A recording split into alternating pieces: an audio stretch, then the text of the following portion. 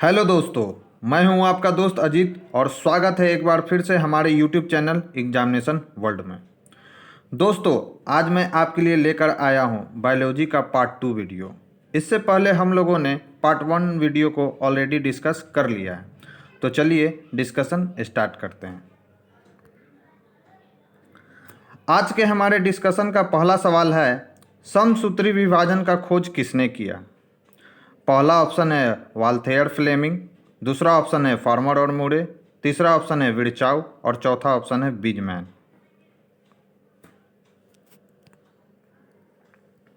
तो इसका आंसर है वाल्थेयर फ्लेमिंग। बाकी ऑप्शनों को भी हम देख लेते हैं।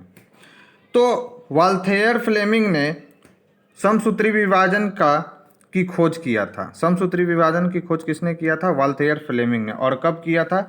1879 ईस्वी में।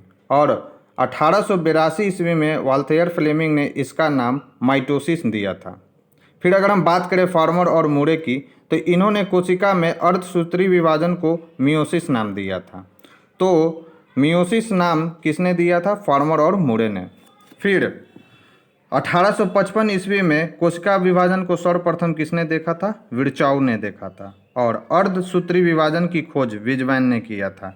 यानी अर्धसूत्री मियोसिस की खोज बीजमैन ने किया था, उसका नामकरण फार्मर और मूरे ने किया था। और सर्वप्रथम बार कोशिका विभाजन को किसने देखा था? विर्चाउ ने देखा था। तो ये था सेल डिवीजन से रिलेटेड कुछ महत्वपूर्ण बातें। बढ़ते हैं अपने नेक्स्ट क्वेश्चन की ओर। हमारा नेक्स्ट क्वेश्चन है, प्रोफेज के किस उप अवस्थाओं में जीनों का विनिमय होता है? पहला ऑप्शन है लेप्टोटीन, दूसरा ऑप्शन है जाइगोटीन, तीसरा ऑप्शन है पैकिटीन और चौथा ऑप्शन है डाइकाइनेसिस।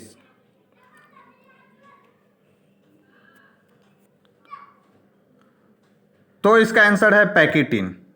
बाकी ऑप्शनों को भी देख लेते हैं। मियोसिस डिवीजन में प्रोफेज सबसे लंबी परावस्था होती है, जो कि 5 उप अवस्थाओं में पूरी होती है।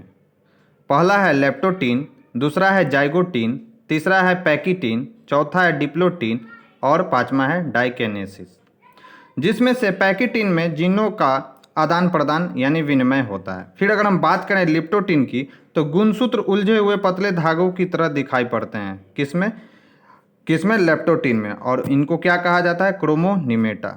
फिर अगर बात करें जाइगोटीन की, तो समजात गुणसूत्र एक साथ होकर जोड़े बनाते हैं। इसे क्या कहा जाता है? सिनेप्सिस कहा जाता है। तो सिनेप्सिस की घटना प्रोफेज की किस उप अवस्था में देखने को मिलती है? तो जाइगोटीन में।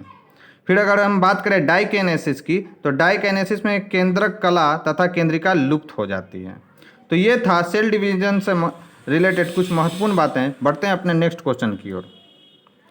हमारा नेक्स्ट क्वेश्चन है, कोशिका के किस अंग को यातायात प्रबंधक कहा गया है?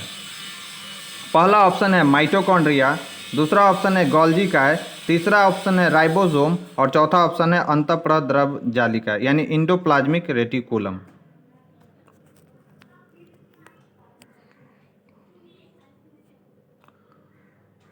तो इसका आंसर है गोल्जी का यानी गोल्जी बॉडी। अब देख लेते हैं बाकी ऑप्शनों को भी। तो माइटोकॉन्ड्रिया के बारे में हम लोग जानते हैं क्या कि माइटोकॉन्ड्रिया को कोशिका का पावर हाउस कहा गया है। फिर राइबोसोम को प्रोटीन की फैक्ट्री कहा गया है। प्रोटीन की फैक्ट्री कहने का सेंस है कि प्रोटीन कोशिका में प्रोटीन उत्पादन का स्थल कौन सा है? अंग कोशिका का राइबोसोम। फिर इंडोप्लाज्मिक रेटिकुलम का मुख्य कार्य उन सभी वसाओं और प्रोटीन का संचरण करना है जो कि विभिन्न झिल्लियों जैसे कोशिका झिल्ली, केंद्रक झिल्ली आदि का निर्माण करते हैं। तो ये था सेल से रिलेटेड कुछ महत्वपूर्ण बातें। बढ़ते हैं अपने नेक्स्ट क्वेश्चन की ओर। हमारा नेक्स्ट क्वेश्चन है, सरसों का वैज्ञानिक नाम क्या है? पहला ऑप्शन है आपके पास ओरिजा सेटिवा, दूसरा ऑप्शन है ट्राइटिकम एस्टिवम, तीसरा ऑप्शन है ब्रासिका कैम्पेस्ट्रीज, चौथा ऑप्शन है पाइजम सेटिवम।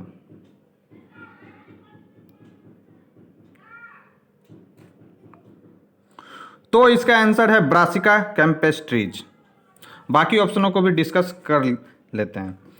तो ओरिजा सेटिवा राइस का साइंटिफिक नेम है। फिर ट्राइटिकम एस्टिवम वीट का साइंटिफिक नेम है।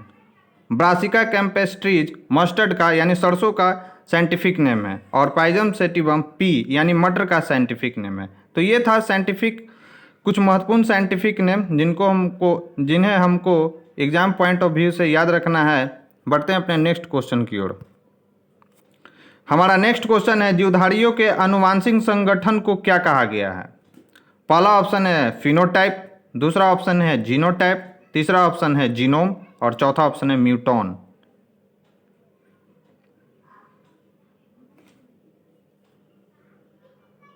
तो इसका आंसर है जीनोटाइप। जीवधारियों में आनुवांशिक संगठन को क्या कहा जाता है? जीनोटाइप। बाकी ऑप्शनों को भी डिस्कस कर लेते हैं। तो फिनोटाइप, तो जीवधारियों के जो लक्षण प्रत्यक्ष रूप से दिखाई पड़ते हैं उसे फिनोटाइप कहा जाता है। यानी जीनोटाइप अप्रत्यक्ष रूप से दिखाई देने वाला लक्षण है और फिनोटाइप प्रत्यक्ष रूप से दिखाई देने वाला लक्षण है। फिर अगर हम बात करें जीनोम की, तो गुणसूत्र में पाए जाने वाले आनुवांशिक पदार्थ को क्या कहा जाता है? जीनोम कहा जाता है। और जीन के उत्परिवर्तन की इकाई को क्या कहा जाता है? म्यूटॉन कहा जाता है। तो ये था जीन से रिलेटेड कुछ महत्वपूर्ण बातें। बढ़ते हैं अपने नेक्स्ट क्वेश्चन की ओर। हमारा नेक्स्ट क्वेश्चन है, जीन शब्द किसने दिया? पहला ऑप्शन है डब्ल्यू वॉल्टेयर, दूसरा ऑप्शन है जोहानसन, तीसरा ऑप्शन है आर्थर कोनबर्ग, चौथा ऑप्शन है डब्ल्यू वाटसन।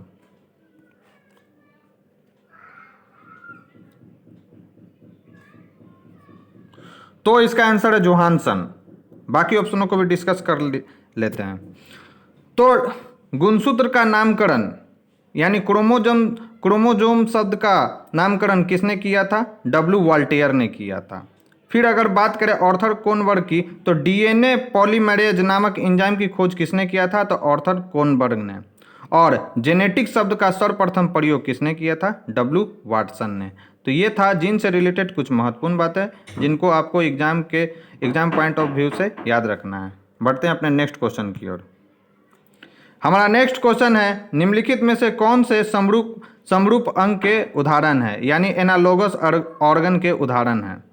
पहला ऑप्शन है तितली तथा पक्षियों का पंख, दूसरा ऑप्शन है बिल्ली का पंजा व मनुष्य का हाथ, तीसरा ऑप्शन है सील के फ्लिपर और चमगादड़ के पंख और चौथा ऑप्शन है घोड़े की अगली टांग तथा बिल्ली का पंजा।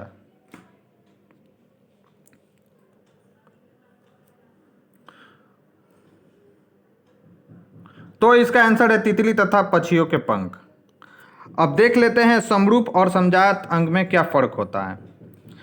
तो वैसे अंग जिनके कार्य समान हो तथा बनावट अलग हो उनको क्या कहा जाता है? समरूप अंग कहा जाता है। जैसे तितली, पक्षियों तथा चमगादड़ के पंख उड़ने का कार्य करते हैं और देखने में एक समान लगते हैं, परंतु इन सभी की उत्पत्ति अलग अलग ढंग से होती है। तो वैसे अंगों को क्या कहा जाता है? समरूप अंग कहा जाता है। फिर अगर हम बात करें समजात अंग की, तो वैसे अंग जो बनावट में समान हो किंतु उनका कार्य अलग हो, जैसे सील का फ्लिपर, चमगादड़ के पंख, बिल्ली का पंजा, घोड़े की अगली टांग तथा मनुष्य के हाथ की मौलिक संरचना समान है किंतु उनका कार्य क्या है? अलग है।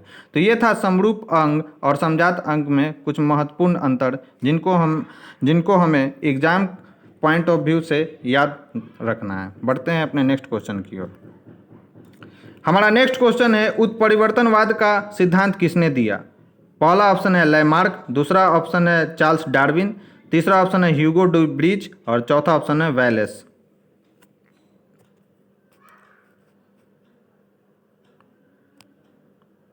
तो इसका आंसर है ह्यूगो डी ब्रीच।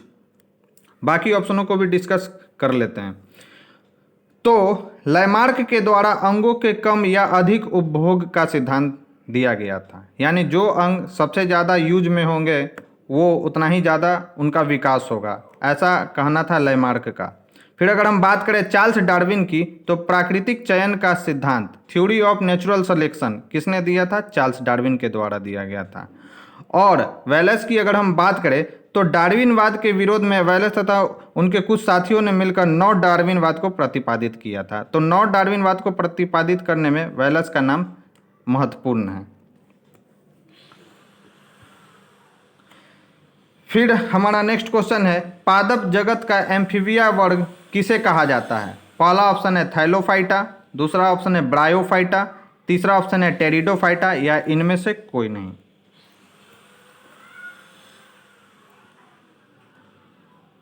तो इसका आंसर है ब्रायोफाइटा। बाकी ऑप्शनों को भी डिस्कस कर लेते हैं।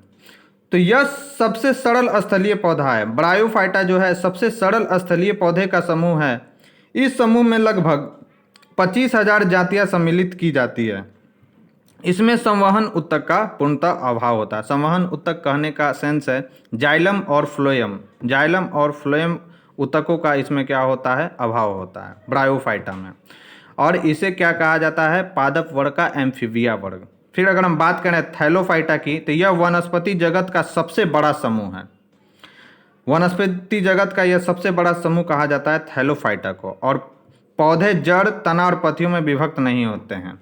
इसमें संवहन ऊतक नहीं होता है। इसमें भी जाइलम और फ्लोएम नहीं पाया जाता है। फिर अगर हम बात करें टेरिडोफाइटा की, तो इस समूह के पौधे नमी छायादार स्थानों, जंगलों एवं पहाड़ों पर अधिकतम पाए जाते हैं। अधिकता से पाए जाते हैं, सॉरी वहाँ पर अधिकतम लिखा गया।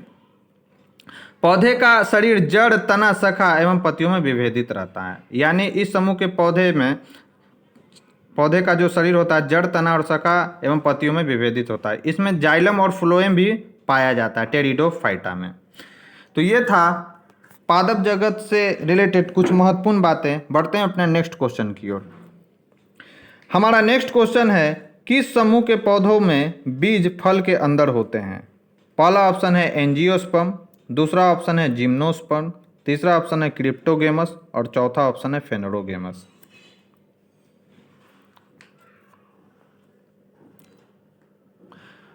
तो इसका आंसर है एंजियोस्पर्म। बाकी ऑप्शनों को भी डिस्कस कर लेते हैं। तो जिम्नोस्पर्म की अगर हम बात करें तो इस समूह के पौधे झाड़ी या आरोही के रूप में होते हैं।